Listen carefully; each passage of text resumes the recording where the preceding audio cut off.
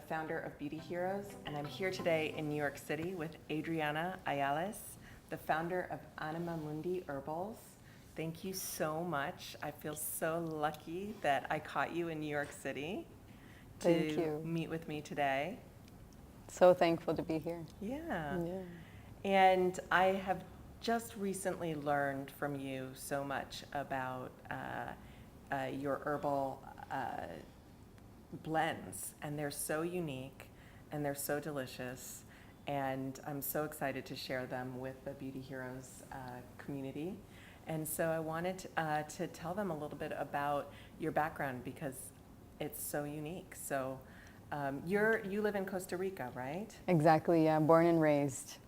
And how did you spent some time in New York though, and then you went back? Exactly, so I was brought up there basically around, when I was like 25, I came to New York and kind of was doing my herbal practice, and then I started the company. You look 25, so you know, Right. like that seems like yesterday, but exactly. It's probably because your products are so... Exactly, all the good potions keep me happy. Yeah. And so I opened the company and I had my herbal clinic and running like a private clientele, and then the company was kind of born out of nowhere in a way. So it was kind of beautiful to be here and be there because all my family's in Costa Rica, so I was going up and down a lot.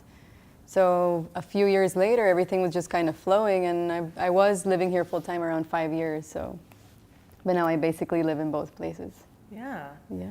And so did you grow up with all of these plants and kind of having them in your life every day? Yes, in a lot of ways. So I have like a Mediterranean side to my family and also like Costa Rican. So when I was really young, my grandmother, she worked as a psychic healer, and she basically taught me since I was a very young little girl, around 7 or 8, and I started doing these different practices to connect with nature, which at that time when you're a kid, you naturally are involved in these worlds without really knowing it's like psychic or otherworldly or whatever you want to call it. Yeah. Now, are all of how many different herbs do you work with? Right now, like in our inventory, it's around 200 different herbs, Yeah, so we keep a lot in stock for sure. And I've been just able to try some of the different single herbs and some of the blends that you make, and just starting to really get more and more familiar with them. Wonderful. And have really enjoyed this process of discovering Anima Mundi. And we're gonna, actually got to discover something new yesterday, which we're gonna share today. But are all of the plants that you work with from Costa Rica?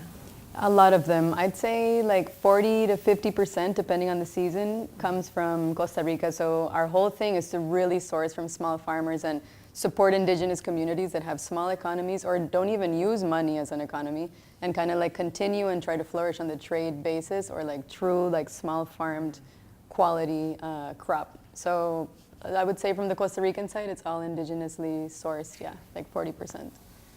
So. And you actually work with the farmers directly, right? Yeah, that's our thing, like sourcing. So I'm like basically the buyer and the sourcing as well, all the other hats as you own a company, of course. But we do all the sourcing directly. No third party for the majority. I would say like 90% of our inventory is all directly sourced. Mm-hmm. So that's our thing for sure. Yeah. Transparency. Yeah. Yeah. And one of the things when I was first talking to you that I remember you telling me about is that your turmeric, the turmeric that you use is from Costa Rica, and it's a really different strain of turmeric. It's called like an heirloom turmeric. Exactly. Can you tell me about that again? Yeah, I'm a huge fan of heirloom turmeric, or heirloom anything, of course, because nowadays genetically modified crops on all levels, from fruits to vegetables, are absolutely disgusting, how they're so not even close to their ancestral print. So heirloom is all about finding the ancestral source and the origin and the true origin of that seed and that like incredible sourced, plant or food or fruit. So this turmeric specifically is sourced from this like women's cooperative in Costa Rica.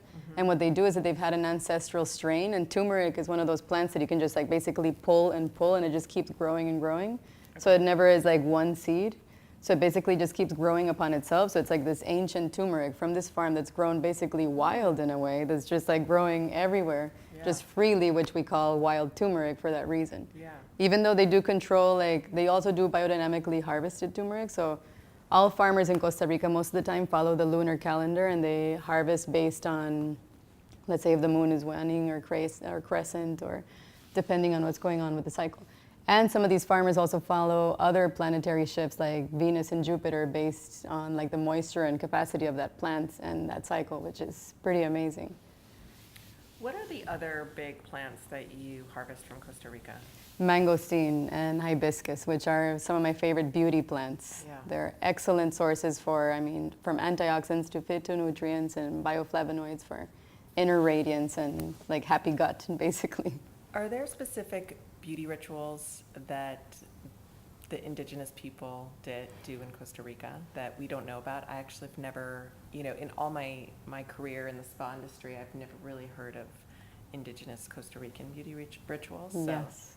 I think there's some incredible, powerful rituals that I think all women and men around the world should be doing, even babies, So there is these baños florales, which means like flower baths that basically not only, they call it like soul sealing. So not only is a soul nourishment type of ritual, it basically gives you like the wonderful skin radiance and just like inner peace more than anything. So it's like a whole mind body type of ritual, but it involves a lot of jamaica, which is hibiscus, and mangosteen peel, which is beautiful because it makes the bath like all pink. Ooh. So it's this whole like initiation of the heart chakra, but of course they just call it heart. They don't call it chakra in that way, but it's like this whole mind and body opening experience for you to just really immerse into your own beauty. Would you ever use the blend that you make in the bath because of that? Yes. Because I've never even thought about that. Yes, it is so good. You basically have your steaming bath and you just sprinkle some on top and let it cook a little bit, and it'll just get nice and pink, and it's beautiful. Yeah. Or you could maybe do a face steam with it. Like exactly. If you want to do it in the whole bathtub, you could create a face steam. Exactly. And use, another popular way is just doing the actual mask. So you basically put a little water and keep it like a paste, and then you add it all over your face to like really coat it and let it dry off, and it's absolutely amazing. It makes you feel incredibly like radiant. It's awesome. So that one product, you can take it internally, which is what it's mainly intended for, right? Exactly. And then you can do the beauty steam. You can make a beauty mask out of it, or if you wanted to, you could bathe in it. Exactly. Baños florales. Exacto. Yeah, okay. So how long ago did you start Anima Mundi? I'd say like 3 years ago. I was when I was living in Brooklyn, I was seeing clients in our laboratory in Long Island City. And it was super fun because like I would have clients, like every hour, and some days I would do like free clinic where people can come on and do. And how did you treat them? With herbs. Herbs. So I would have like that same inventory, like 150 literally tinctures all over a wall, and I would just kind of like do the prescription based on what that person may need or want for their phase in their life. And I work with people from like autoimmune to like cancer to radiation recovery to just insomnia or migraines, basic things. Mm-hmm. So that's when I was like, all these common symptomologies that all these people have, like let's say even city people versus like more people out in rural areas, like we all share like a basic footprint on like what we need to heal ourselves. And so that's how the line was born. I was like, I'll just start making my master, concoctions and just keep a higher stock of certain things. And then, based on what they need, you kind of give like little boosters depending on that person's, health needs. And it was wonderful. Then we started kind of like labeling those master tonics, and it became a line and a company. What does Anima Mundi mean, the name of your company? Anima Mundi is the Latin word for world soul, and also the energy that animates nature and existence. The key word for aliveness and just feeling like the wellness of existence. It's so beautiful. Yeah, it's beautiful. I love that, Anima Mundi. I like saying it. I love it. Yeah. Sounds good. Yeah, it's beautiful. Thank you. And yesterday we met and you served me a little tonic, and you made it for me yourself. So I've tried some of these tonics at home, but you mixed them up. What did you make for me yesterday? So it was our euphoric cocktail. So it had the mangosteen base, and then we kind of gave a nice and generous shot of the Euphoria Elixir, which is basically a concoction of like rainforest aphrodisiacs, and also just kind of like, I call it reproductive master tonics, because it floods you with blood and like freshly oxygenated goodness all over from head to toe. And obviously also in the reproductive organs, but it is an excellent tonic to just feeling like that bliss and also like the love, so it's like a heart-opening experience. It's got rose in it. Exactly. Can you tell me what's in it? Yeah, so it's Muirapuama, which is an herb from the Brazilian Amazon. It's an excellent herb for women specifically, but it's also that kind of like bliss-enhancing, hormone-regulating herb, as well as Johimbe, which is also where Viagra comes from, but in this sense, it's a lot more holistic, of course. And so Viagra comes from an herb. Do they, yes, when they make it, they make a synthetic form of it? Exactly. They synthesize the one chemical part that actually creates the whole erectile function. But in this case, anybody can take it. And it's not just a masculine herb. It's also just an herb that makes you feel vital and incredible. It's these trees that are super tall, and no matter how many times you machete it, it does not release its bark. So it's like that's how indigenous people figured out that it was actually like a prostate tonic. Wow. To find it in nature. Like, I thought that was amazing. Nature's incredible. It's I think incredible. That's the something that there's I'm in a constant state of wonder of how nature can, like, through the physical of that tree is really, brings a benefit to the body. Yeah, exactly. Unbelievable. It also has Damiana, which is a more popular rainforest herb as well. And it's excellent for just like increasing libido and just like ecstasy, just feeling a natural form of ecstasy. Yeah. So, and it's also extracted with hibiscus and a little bit of rose geranium as well. Yeah. And we were working and we were in a room full of people and I was sipping on it and it tastes so good, first of all. So I was really enjoying it. And after about 5 minutes while we were talking, you remember I got a really good feeling. All of a sudden I felt it. And I was so surprised really to feel it. There was a moment where I felt different. I felt this warmth in my chest. I felt sort of a warmth all over my body. And I just started to really feel good and positive feelings. And it was pretty amazing. Yeah, yes, absolutely. Yeah. We call it the Euphoria Elixir just because it's like loaded with amazing herbs known to just like revitalize and also just, we call it the love potion for that reason because it just gives you so much heart-centered energy. And also it's a natural aphrodisiac full of herbs known to like flood you with freshly oxygenated blood full of goodness and bliss chemicals. It's no joke. It was no joke. So. I remember you like immediately fluctuated into this whole like, wow, I feel fantastic, That's its purpose, and people have used it for different reasons. It has herbs known to like awaken different kinds of like bliss and goodness, like the Damiana and the Johimbe and the Muirapuama are excellent herbs for that.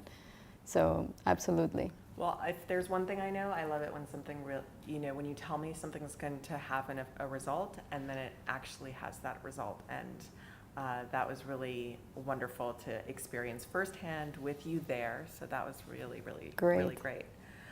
So when you're talking about herbalism, for people who don't know a lot about it, how do you communicate the safety of these indigenous herbs? And is there anything that people should know when they are, taking these at home that you would want them to make sure they knew about? Absolutely, that's a great question.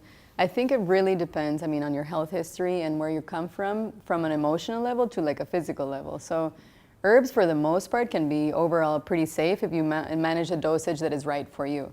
So there's always a way to start. Let's say with a dropper bottle, you really do the 30 to 60 drop recommendation. But if you feel, and even if you're in control, you can also like increase the dosage to like really feel like you're like getting what you want and what you need. But I think like if you have like an autoimmune disorder or like some sort of like more of like a heavier chronic illness, it's really important to consult with your doctor first of all, if there's any contraindications.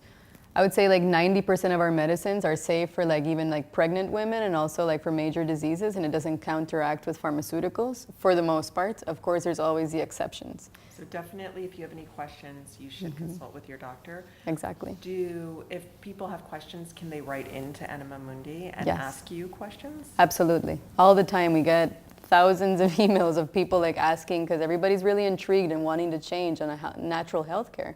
So that's part of our service. Like we really care to like customize for you and what you want to experience so you can really feel taken care of properly. Yeah.